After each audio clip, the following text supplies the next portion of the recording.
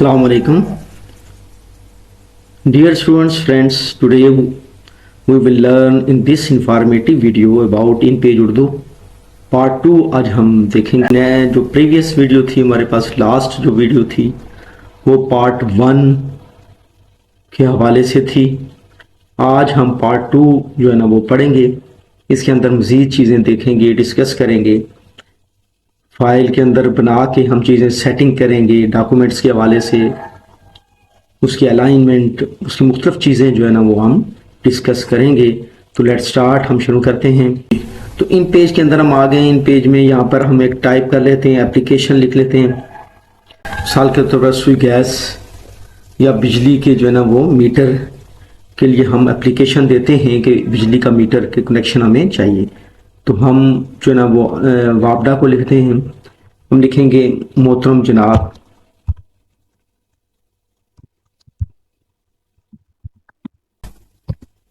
ये लिखें अलार्स,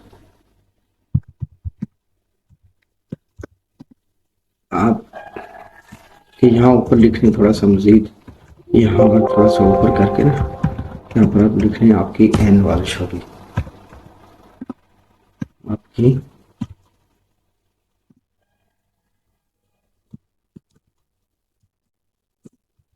आपकी बहुत मेहर। ठीक है, तो आगे अल अर्ज लिखने के लिए हम यहाँ से इंटर कर देंगे। यहाँ अल अर्ज में लिख देंगे कि मैं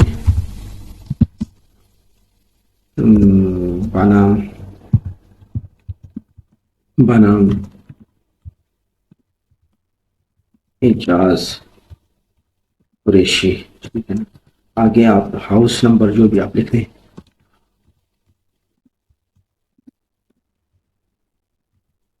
हाउस नंबर जो भी आपका है, फर्ज किया है जी आपका नाम हाउस नंबर है Z, अब लिख लें। अब देखें यहाँ पर इंग्लिश लिखने के लिए हम क्या करते हैं, कंट्रोल स्पेस बार। अब ये इंग्लिश में कन्वर्ट हो गया है। अब यहाँ पर आप लिख सकते हैं Z जो है ना वो 435। अब इसको दोबारा उसमें जाने के लिए फिर कंट्रोल इंटर और एक दफ़ा आप इसको स्पेस बार प्रेस करेंगे, कंट्रोल स्पेस बार, फिर स्पेस बार आप प्रेस करेंगे तो आप उसके आगे आ जाएंगे और आप उर्दू स्टाइल के अंदर आ जाएंगे। नंबर Z इतना, उसके बाद आप क्या लेंगे, गली नंबर फर्ज की आप दोबारा फेस करते हैं, कंट्रोल स्पेस बार, फर्ज के गली नंबर आप जो है ना वो 12 कर लेते हैं। ठीक है ना, इंग्लिश में आप 12 कर लेते हैं। ये देखें इंग्लिश में 12 कर लेते हैं। ठीक है ना, तो ये आप इस तरह से शाहजहां रोड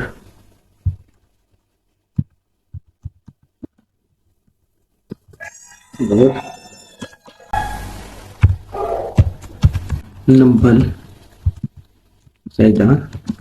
मरी हिल्स, ये इस तरह से आप कर सकते हैं। अब इसको जो है ना वो F6 से मैं थोड़ा छोटा कर दूंगा, F5, ये देखें ये F7 से मैं उससे थोड़ा सा बड़ा कर लेता हूँ। अब हम इसकी सेटिंग करते हैं। ठीक है ना, इसकी सेटिंग कर लेते हैं F8 मजीद F7 से हम इसकी थोड़ी सी हम ऊपर जाते हैं। तो यहाँ से हम देखते हैं अनुमान को थोड़ा सा हम बड़ा यानी कि हम ओवरऑल जो है ना इसकी सेटिंग 16 पर है तो 16 पर रख लेते हैं। अब देखें इसमें अनुमान है, अनुमान को हम जहाँ सेलेक्ट करके हम इसको बोल्ड कर लेते हैं और इसकी थोड़ी सी मजीद 20 के ऊपर हम इसको कर लेते हैं, इसका चूँकि अनुमान है। अब हम इसको जो है ना वो एक स्टेप आगे कर लेते हैं, बल्कि इसको हम यहाँ से जो है ना वो पकड़ के हम फॉर्मेट में जाते हैं और इसमें जो है ना वो डॉक्यूमेंट के अंदर हम चले जाते हैं। ठीक है, डॉक्यूमेंट के अंदर हम चले जाते हैं। अब डॉक्यूमेंट के अंदर हम यहाँ से राइट लेफ्ट जो है ना वो चेंज, अब 12 है तो हम इसको 15 कर लेते हैं, 15 कर लेते हैं। ये भी 15 हो गया, ये भी 15 हो गया और ये भी टॉप राइट से भी हम 15 कर लेते हैं। ठीक है, ये हम 15 कर लेते हैं। ओके करेंगे तो ये हमारे पास वो वाला सेटिंग हमारे पास अप्लाई हो गई है। अब हम यहाँ से जो है ना वो यहाँ से हम इसका एक टैब जो है ना वो आगे कर लेते हैं, यहाँ से भी हम एक टैब आगे कर लेते हैं। अब यहाँ से हम जो है ना वो अल अर्ज को जो है ना वो